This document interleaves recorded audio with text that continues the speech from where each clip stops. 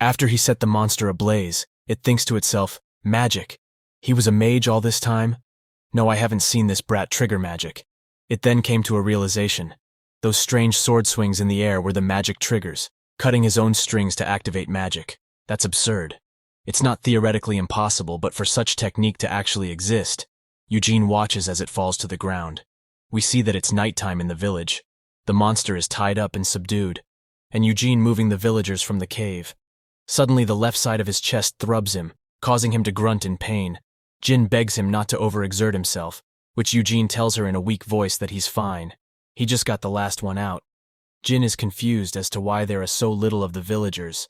She then realizes what happened to the others, getting sad and teary. Eugene then gets worried for her mental health, knowing that they've found the villagers. But many are already dead, and if they don't hurry, the rest will be in danger too. They need to get back soon. Wondering when will the twins return. Jin then calls him while looking at the monster, asking if the village chief did this to the villagers. While an ominous look is visible in her eyes, he tells her not to resent the chief. What she sees is not her chief, but a vile abyss worshipper disguised as him. She then asks, where is the real village chief?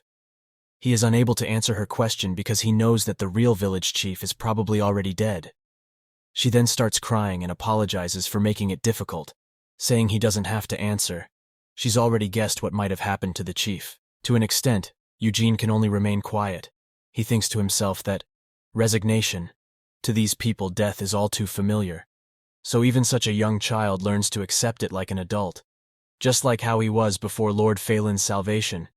As he tries his best to comfort a crying Jin, he continues thinking that he was saved. But these people were not. Jin then asks him why do abyss worshippers do such things, which he tells her that they believe that's the way to atone for the original sin, and that it pleases the abyss. That's why they approach people in desperate need of help with honeyed words about salvation and deceive them. But she must not be fooled by their words, because in the end, their so-called salvation is like the disaster that just occurred. Suddenly the monster smiles and asks, what's his point? The abyss may promise a path that demands sacrifices, but do any of the Falivia truly care about the lives at the bottom of the world? Eugene is surprised that it woke up. It continues saying that Eugene says that their words are empty. But why does he think people chase this emptiness and continue the chain of sacrifice? Cast aside his arrogance that only he is right and just consider. Could it be because the shadow of this world is just that deep? Eugene thinks to himself that indeed, the shadows of this world are deep, but that is something people should strive to fix themselves. He shouts that they, the Falivia, do not pray to a malevolent deity demanding human sacrifice. It shouldn't delude itself that the world's flaws will justify its wicked deeds. And in the first place, what sacrifice does it really think they, the Falivia, don't see through his lies and deception?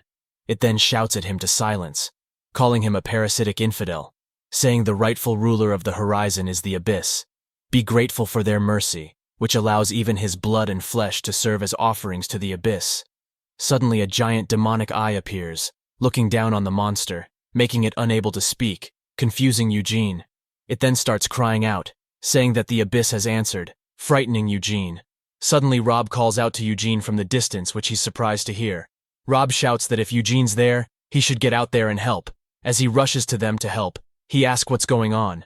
What happened to Rock that Rob has to help him to walk? He then sees that Rob's leg is injured as well. Rob tells him not to worry about it. It's nothing serious and he can still fight. He then apologizes to Eugene, saying he should have listened to him. Eugene then asks him what's wrong, but is distracted by something he sees. We see a giant demonic eye in the sky looking down on them.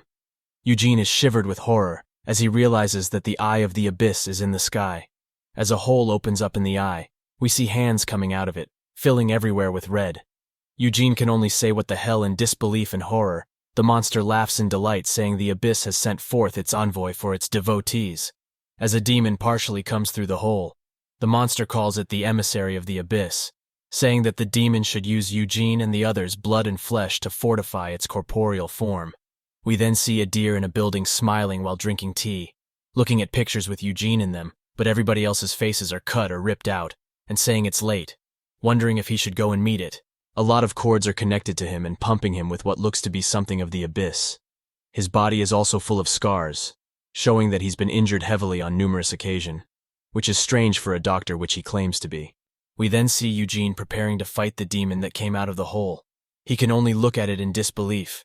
He then calls to Rob, asking him if he can evacuate the villagers while he, Eugene, holds the demon off. He knows he's injured and is sorry to ask that of him. Despite his injury, Rob tells him that his injuries doesn't matter, but gets confused upon hearing about villagers. Suddenly he hears a shriek that surprised him. It's the monster that Eugene captured came outside, crying out to the abyss while Jin followed it outside. Rob asks if that's an abyss worshipper, unable to believe what he's seeing, asking what the hell happened while him and Rock was away. He looks back at Eugene and say, "That guy was facing that thing all alone?" Thinking that while Eugene was saving people, he did nothing. He then puts his blade in front of Eugene, surprising him, saying Eugene's got guts, but stupidity is his problem, stating that it's supposed to be the other way around. Rob should be blocking and Eugene evacuating. Eugene shouts at him, asking what he's talking about. With his injury, he can't. Rob cuts him off, saying he should put aside his useless sympathy and look at the reality in front, with his injured leg. How is he supposed to evacuate anyone against that thing? He's not planning to die, so Eugene evacuate the people and inform the family. He'll manage somehow. Not to mention Eugene has already done his part, so he'll take over from here. Eugene then gets a little teary while calling his name. He continues saying he'll take responsibility for dragging Eugene into this. Suddenly the abyss worshipper monster starts laughing, saying they are all finished. "O emissary of the abyss, the offerings for you to take are gathered here. Please claim their lives to replace your broken flesh." As it say all this, we see both Rob and Eugene staring at it. They then think that if its flesh is broken, that means it's not in its prime state. Eugene then came to the conclusion that by any means necessary they must stop it now. While it's incomplete, as he looks up on it, he thinks, is this even something a human can stand against? He then encourages himself not to be afraid. Nothing gets resolved by succumbing to fear. As he raises his blade, Rob notices that he's not going with the plan and calls to him, asking what he's doing. If he didn't hear the plan, Eugene responded, saying this is a more realistic judgment. Together they can last longer. Rob asks what he's on about. He tells Rob that hearing his words he realized if there's this much commotion, the adults must have noticed by now. The Folivias will surely come here. Rob tells him that may be so. But what difference would it make facing that thing together?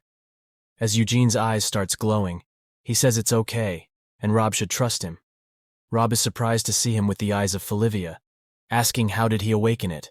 As Eugene prepares to face the giant demonic monster, he thinks to himself that the aftermath of the battle remains.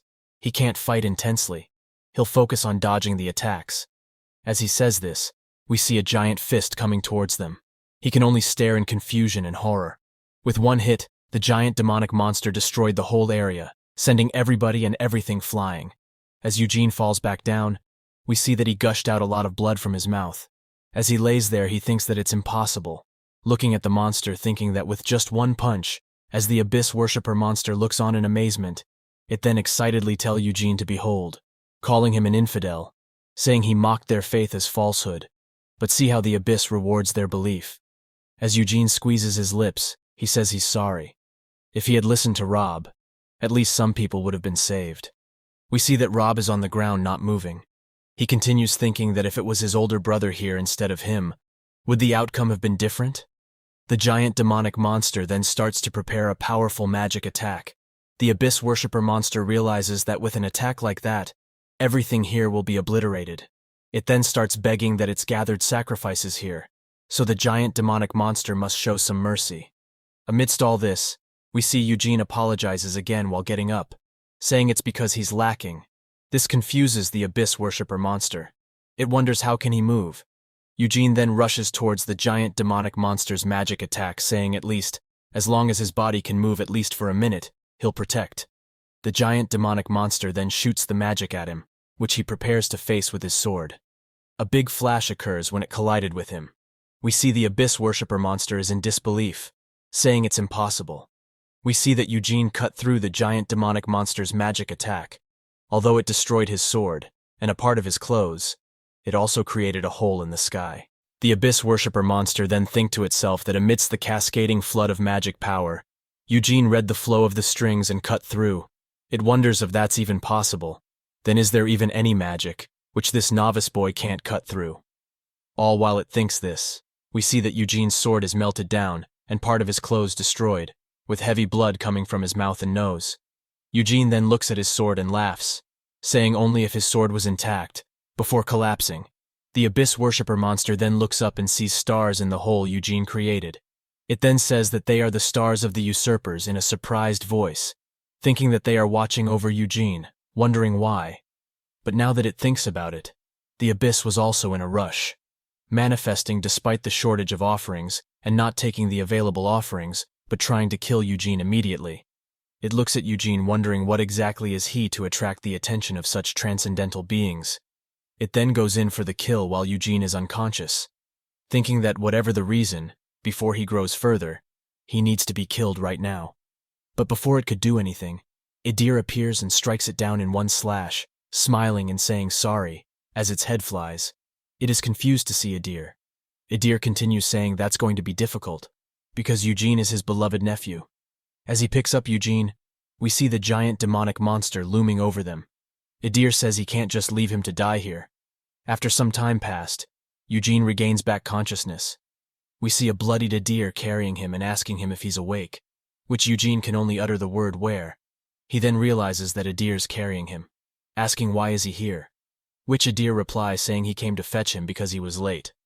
Luckily, he wasn't too late. Eugene then remembers that he was fighting the giant demonic monster, shouting that they have to flee from here, telling Adir about the giant demonic monster from the abyss.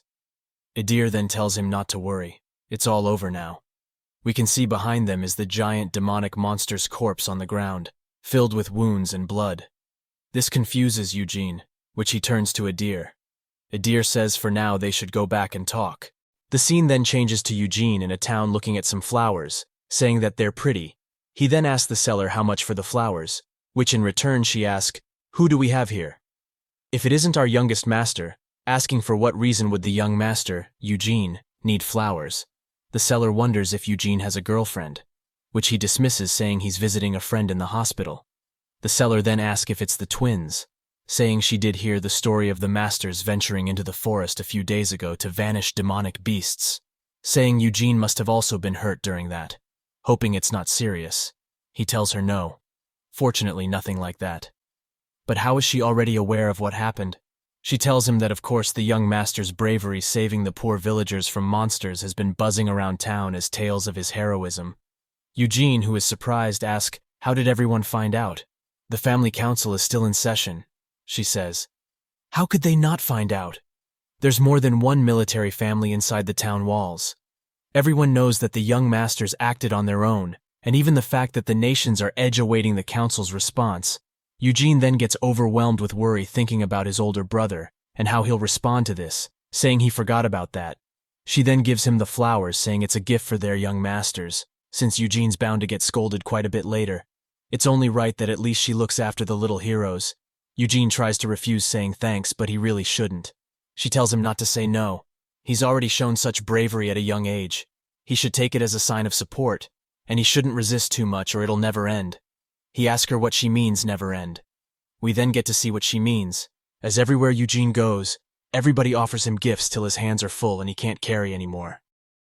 Well, this is where the video ends. If you enjoyed, please leave a like and subscribe. Thank you.